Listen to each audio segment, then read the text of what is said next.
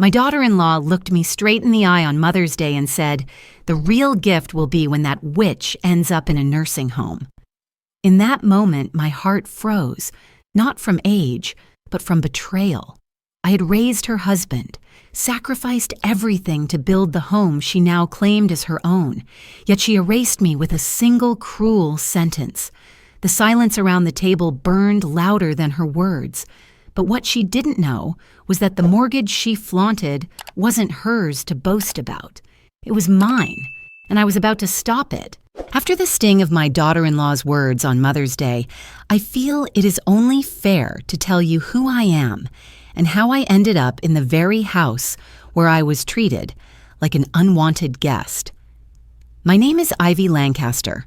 I am 68 years old, and for most of my life, I was a secretary in a medical clinic.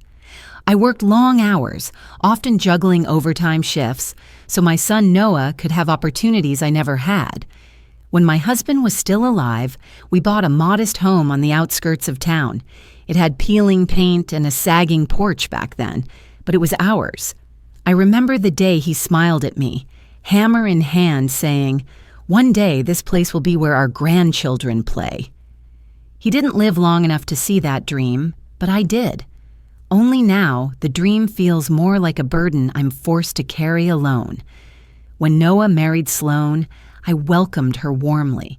She was polite, full of charm, and called me Mom with a sweetness that felt genuine at the time. When they had their 2 children, I was thrilled when they suggested I move in for convenience.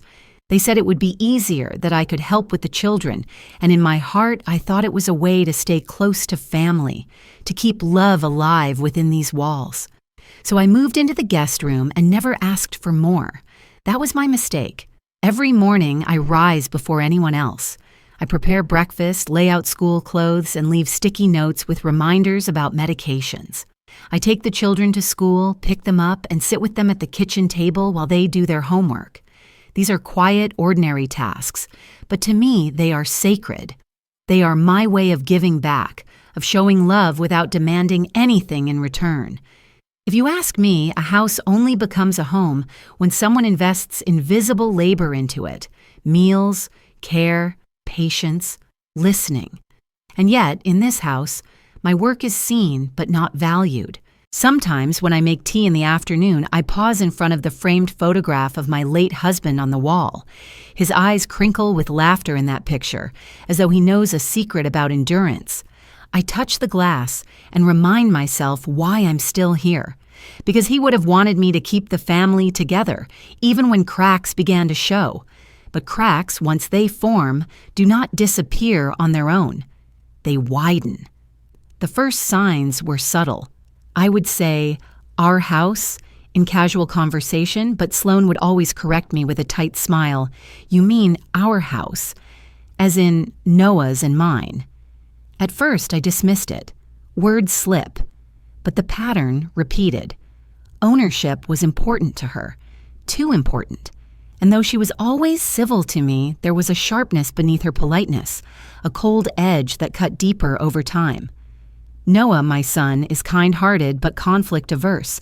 He works long hours as an engineer, and when tensions rise, he folds into silence rather than taking sides. Sloan, however, thrives on control. She creates rules, small ones at first. The kitchen is off-limits after 8 p.m.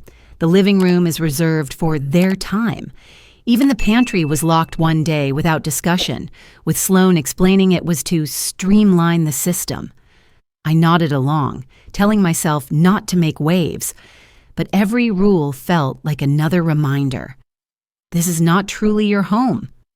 One evening after dinner, Sloan smiled and told me my cooking was delicious, almost as good as takeout. Then she installed a new lock on the cupboard where I kept spices and dry goods. It was presented as efficiency, but it felt like exile. Compliments that sting like barbs are harder to challenge, aren't they? They make you question yourself, as though perhaps you really are in the way. The children, sweet as they are, remain my anchor. I tell them bedtime stories, weaving magic into ordinary nights. Their laughter fills me with a fragile sense of belonging. Those moments are my rest stops on this long, exhausting road. Without them, I might have left already.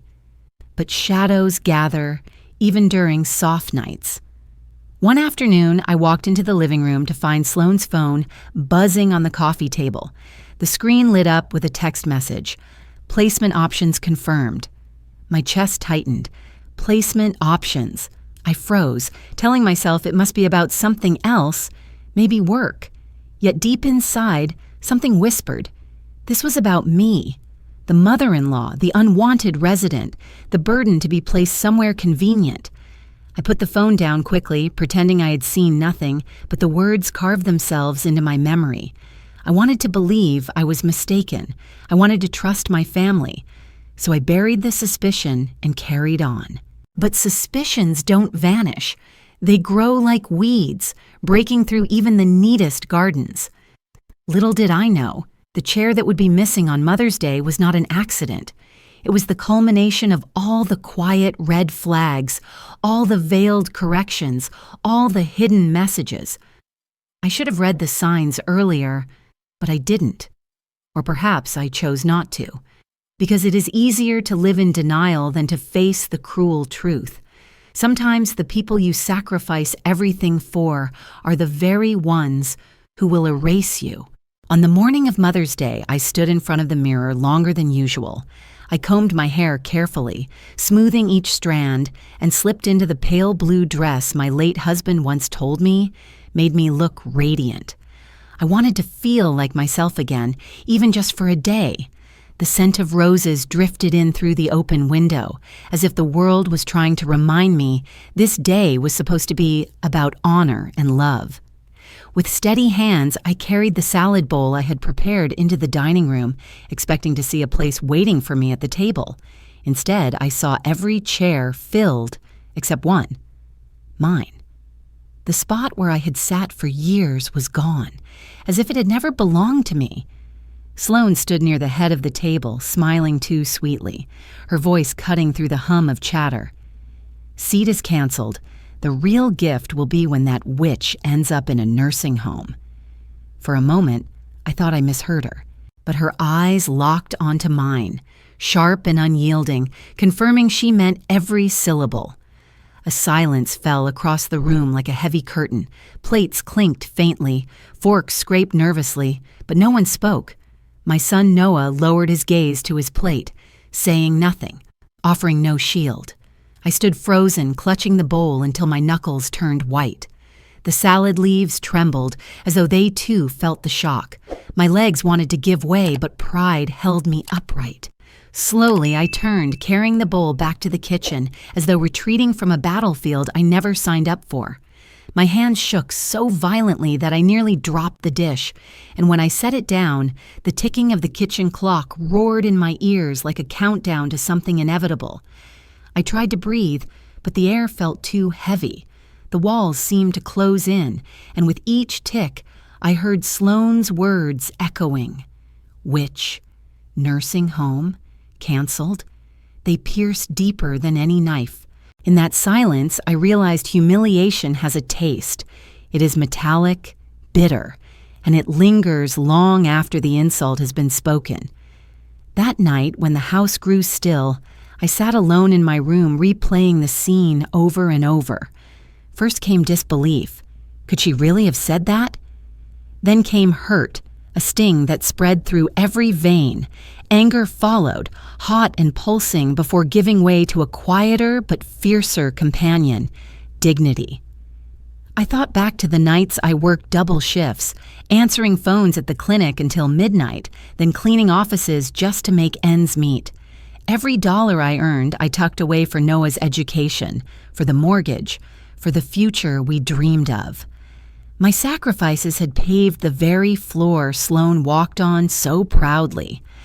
Around midnight, my phone buzzed. A message from Noah lit up the screen. She didn't mean it. Don't take it too hard. My chest tightened. He wasn't defending me. He was excusing her.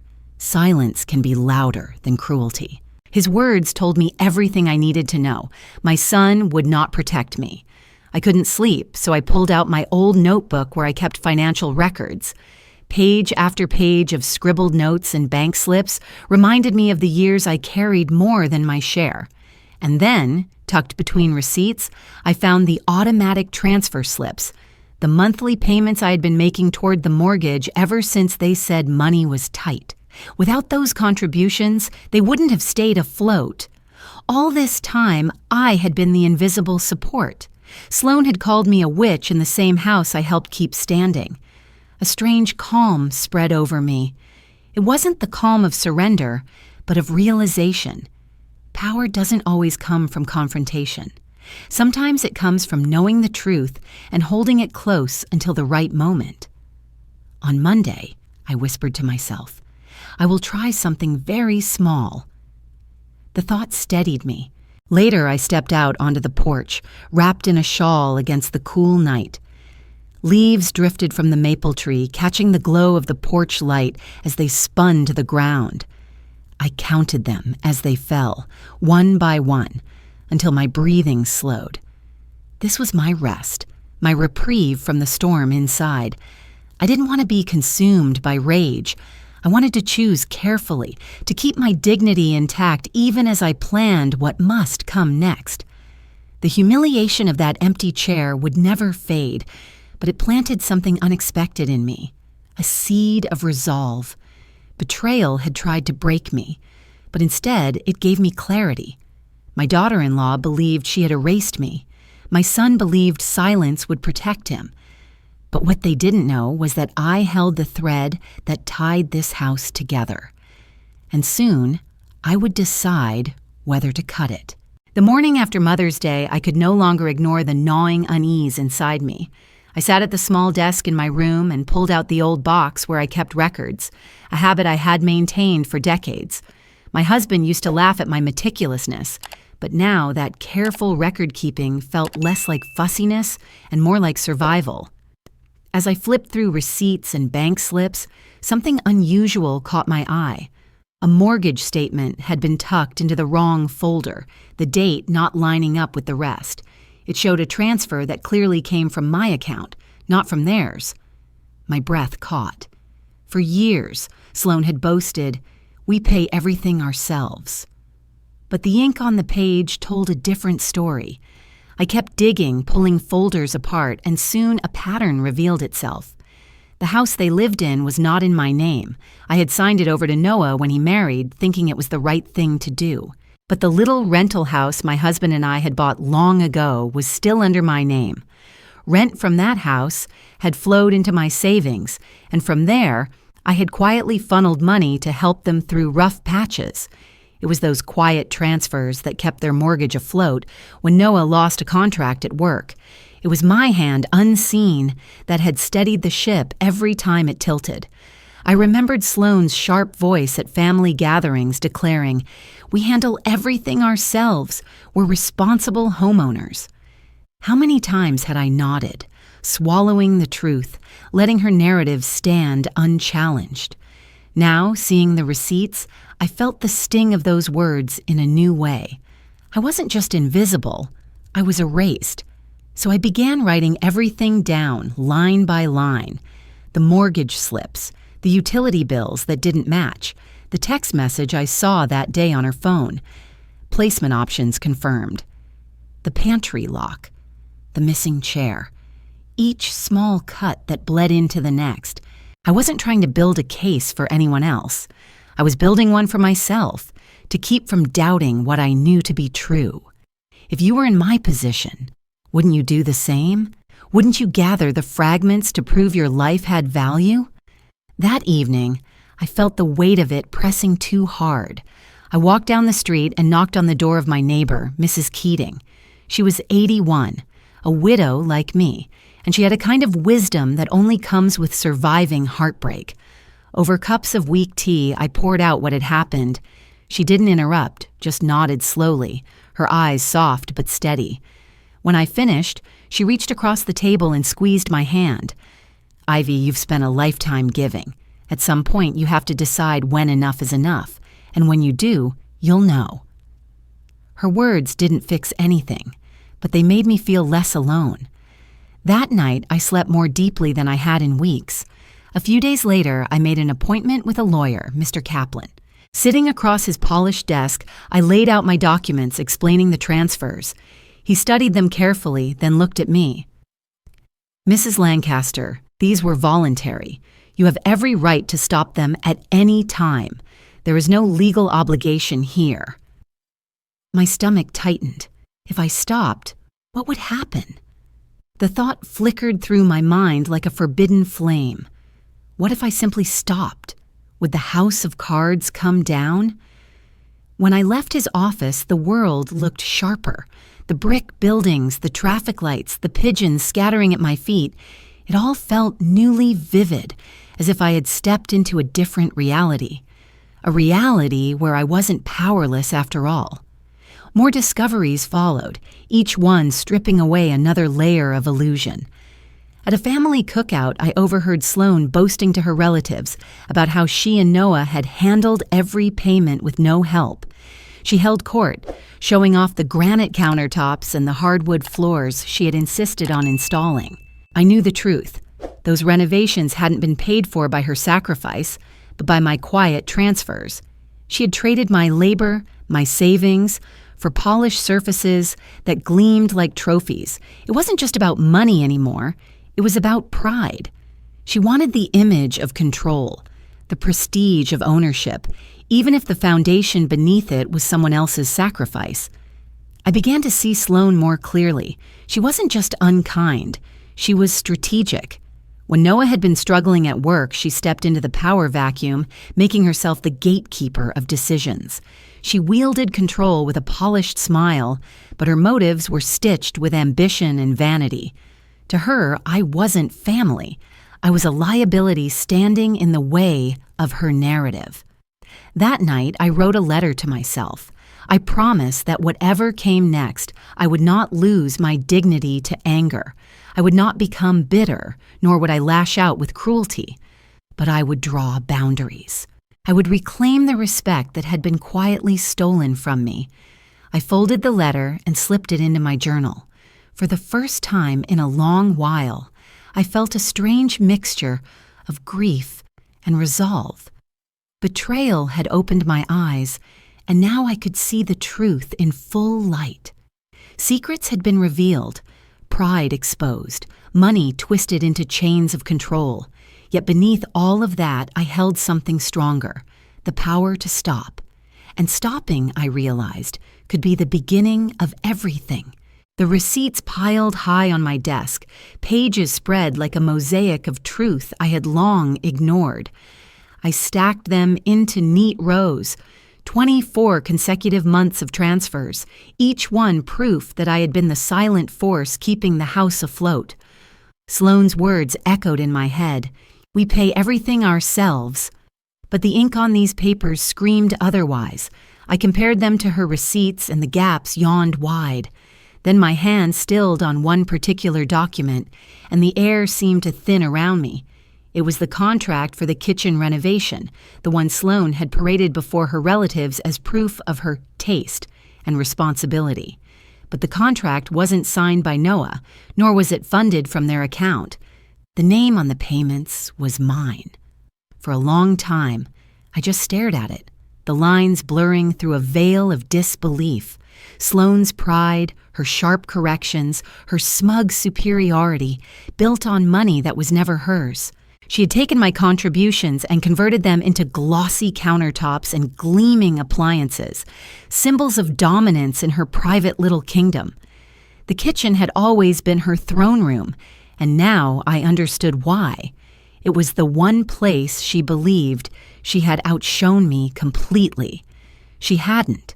She had only stolen my reflection and polished it until she could claim it as her own. The deeper I dug, the darker it became. On Noah's laptop, left open one evening on the dining table, I found an email. My stomach clenched as I read the subject line. Placement strategy. My eyes traced the words, each one a dagger. Sloane had written to a friend about her plan to move me into a temporary facility, under the guise of what's best for her health. Her friend responded enthusiastically, noting that once I was out of the way, the house could be listed quickly, and Sloane could finally establish herself as the true head of household. My pulse hammered in my ears. This wasn't just disdain or cruelty. This was strategy, a cold, deliberate plan to erase me and convert my absence into her power.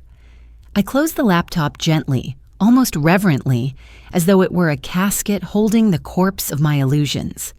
Then I walked into the nursery, where the children were napping. They breathed softly, their little hands curled into fists of innocence.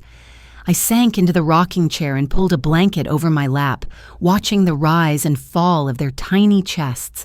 My arms ached to hold them, to preserve this small piece of joy from the storm gathering outside their door.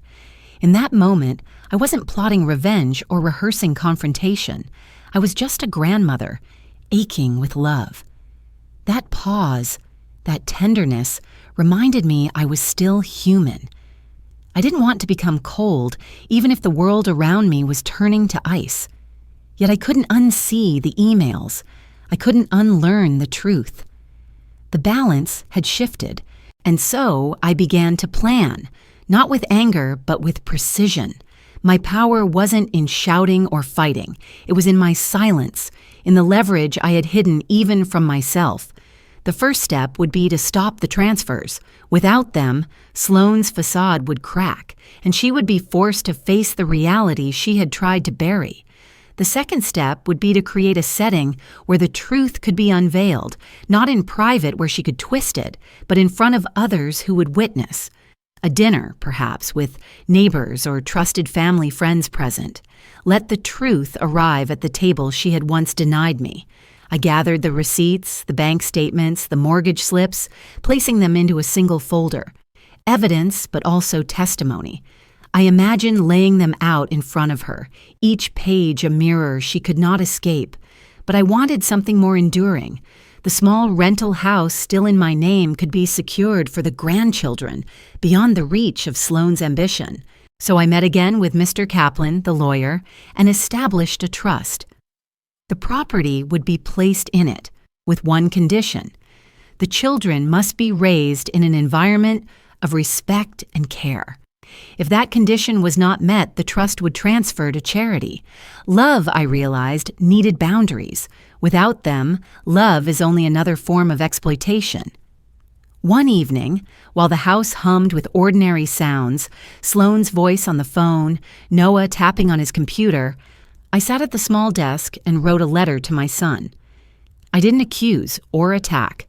I simply laid out the years of sacrifice, the truth of the payments, and the wound of his silence. I wanted him to understand, even if he never admitted it aloud. I wanted him to know the depth of my love, but also the depth of my pain. When the letter was done, I folded it carefully and slipped it into an envelope. Then I put on a record, one of my husband's favorites, the slow swell of strings filling the quiet air. I stirred sugar into a teacup, listening to the faint clink of metal against porcelain. It was the sound of calm before the storm, the fragile peace of a woman who had made her choice. Soon there would be a dinner. Soon the truth would come to the very table where I had been denied a seat. And when it did, no one would be able to push me into invisibility again. Monday morning arrived with a clarity I had not felt in years. I dressed simply, the same way I always did, and walked to the bank. My heart pounded not from fear, but from certainty. When the clerk asked how she could assist me, I slid over the papers authorizing the transfers I had made for years. "I'd like to cancel these," I said. With one stroke of her pen, the quiet thread holding the illusion together was cut. A single click in the system, and suddenly the house no longer had my invisible hand propping it up. One small act, and the truth had already begun to tell itself. That evening, I set the table, not for celebration, but for reckoning. I told Noah and Sloane I wanted a proper family dinner, and I invited Mrs. Keating, my elderly neighbor, along with Mr. Kaplan, my lawyer, who I introduced as a family friend. Sloane raised an eyebrow at the guest list, but said nothing, too proud to admit her discomfort. She believed she had already won. The children giggled as they helped bring napkins and silverware, innocent of the storm about to break. The aroma of roasted chicken filled the room, familiar and comforting. It might have seemed like any other evening, but beneath the surface, every detail was deliberate. Tonight was not about food. Tonight was about truth. We sat down, and I waited until the clatter of forks softened. My hands rested on the folder I had carried from my room. I looked at Noah first, my voice steady but gentle. "Today," I began, "I stopped something you didn't know I had started." Confusion crossed his face. I opened the folder and slid the first set of documents across the table. Bank slips, transfers, mortgage payments. These are the payments that kept this house afloat for the last 2 years. They didn't come from you or from Sloan, they came from me. The air thickened. Noah picked up the first page, eyes scanning the familiar numbers. His complexion shifted as recognition set in. "Mom," he whispered, voice breaking. Sloan leaned forward, snatching the papers, her cheeks flushed. "This proves nothing. We've managed everything ourselves." Her voice rose, tight and defensive. I remained calm. "Look again, Sloan. Every line has my account number. Every month without fail." Mrs. Keating cleared her throat softly, her presence a reminder that we were not alone. Mr. Kaplan nodded toward the documents, confirming their authenticity. Noah's hand trembled as he turned another page, then another. The silence stretched taut until finally he looked up, his eyes wide with shame. "This isn't possible," Sloan insisted, her words sharp, her smile brittle. She tried to laugh, but the sound cracked. "She must have arranged this to make herself look good." I slid a second folder across the table. "Then perhaps you can explain this." Inside were the printed emails, the ones detailing her plan to move me into a facility and sell the house quickly to establish herself as the true head of household. Noah's hands froze, his lips parted, but no words came out. His wife's words were in black and white, undeniable. Sloane's mask shattered. "You went through my emails. You had no right," she shouted, but the outrage sounded hollow. Noah's gaze turned from her to me, anguish written across his face. "Mom, why didn't you tell me sooner?" His voice was heavy, like a man realizing he had been walking blind. "I wanted to believe my silence was enough," I answered quietly. "But silence can only hold so much weight. Tonight I'm done being invisible." The storm broke then. Sloane's fury boiled over, first denial, then blame, then rage. She called me manipulative, accused me of plotting to embarrass her. "You're nothing but a witch," she spat, venom dripping from each syllable. But this time the word didn't sting, because around the table, faces told a different story. They saw not a witch, but the woman who had carried the family on her back for decades, the woman who had been erased until the truth forced its way into daylight. Noah pushed back his chair, standing with trembling hands. "Enough, Sloan, she's my mother. She saved us, and I let you convince me to forget that." His voice cracked, but there was strength beneath it. Just then, as if on cue, the phone buzzed with a notification, a message from the bank. The mortgage payment had bounced without my contribution. Reality landed hard. The dream home Sloan had boasted about was now a house balanced on nothing. Her face drained of color as the implications settled. Pride and pretense had turned against her. I stood, gathering the folders calmly. I don't need shouting or excuses. The truth is enough. Then I walked out onto the porch, leaving them inside to grapple with the wreckage. The evening air was cool against my skin, the breeze carrying away the weight of years. For the first time in a long while, I felt light. Behind me, their voices clashed in frantic tones, but out here, the world was quiet. I tilted my head back and let the wind wash over me. Justice had not come with fireworks or rage. It had arrived quietly, in the simple unveiling of facts. Tomorrow would bring more consequences, conversations, decisions, perhaps even endings. But for tonight, I breathed deeply, grateful to finally stand as more than a shadow in my own story. The days following that dinner unfolded with a quiet heaviness. Sloane packed a suitcase within the week, her footsteps sharp against the hardwood floors she had once flaunted. She claimed she needed space, but the truth was simpler. The walls no longer bent to her control. Noah didn't argue. He let her go, though his face was a canvas of conflict torn between loyalty to his wife and guilt toward me. For the first time in years, he sat with me at the kitchen table, not as a son under Sloane's gaze, but as a man facing the weight of his own choices. "Mom," he said softly, "I let you down. I should have spoken up sooner." His voice broke, but this time he didn't hide behind silence. I reached across the table, covering his trembling hands with mine. "We can't change what's past," I told him, "but we can decide how to live forward." From that day on, boundaries became part of our conversations. No more invisible sacrifices, no more quiet erasures. Noah asked me to help draft a new rhythm for our household, one that included my voice. I agreed, but with conditions. I would no longer shoulder financial burdens. My role would be with the children, but with clear limits. Set hours, protected time for myself, and space to breathe. I had given all my life, and now it was time to give without erasing myself. Mornings took on a new gentleness. Instead of rushing to clean or cook endlessly, I spent early hours in the garden with the children, pressing seeds into damp soil. Tiny fingers pushed earth over the sprouts, their giggles rising with the birdsong. "One day," I told them, "these seeds will grow into flowers if we care for them with patience." It was more than a gardening lesson. It was the story of us. Healing required time, and boundaries were the soil.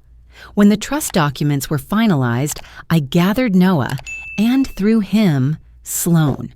The small rental house, the one my husband and I had held on to, was now secured for the children in a legal trust. But there was a clause. Respect and love must guide their upbringing. If not, the property would bypass them entirely. The message was clear. Love was not optional, and gratitude could no longer be dismissed as weakness. I even extended an invitation to Sloane. If she wished to return, she would need to sign an agreement promising respect within this home. The door wasn't locked forever, but it was no longer wide open. Forgiveness, I had learned, could exist alongside accountability. And yet there was still one unfinished task. A letter I had written weeks ago sat sealed in my drawer, addressed to Noah. I handed it to him one evening, the words inside plain and unadorned. "I chose to love without conditions for so long, but now I choose love with boundaries.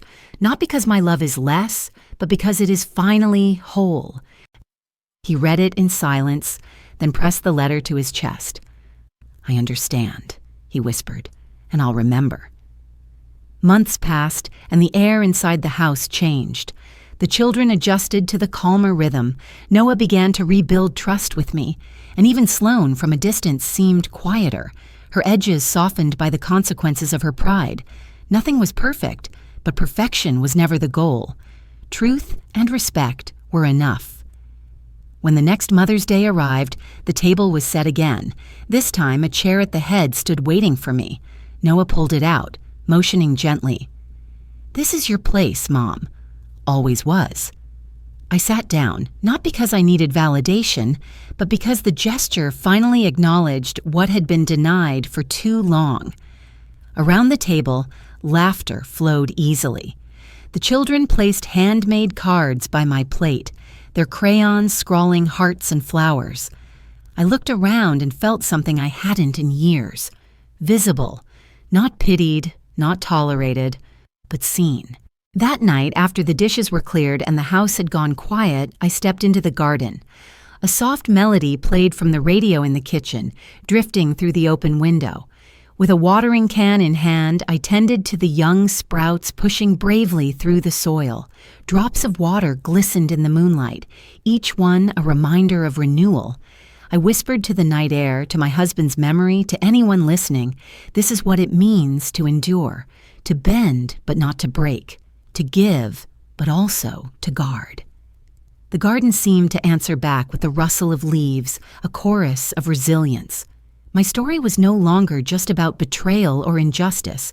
It was about transformation, about the power of naming boundaries, of refusing invisibility, of reclaiming dignity without losing tenderness. If you're listening, ask yourself, have you ever set a boundary that saved you? Have you ever drawn a line and realized it was an act of love, not of cruelty? The final truth I learned is this: gratitude must be spoken, and respect must be built into the foundation. Without them, love collapses into entitlement. With them, even fractured families can begin to heal.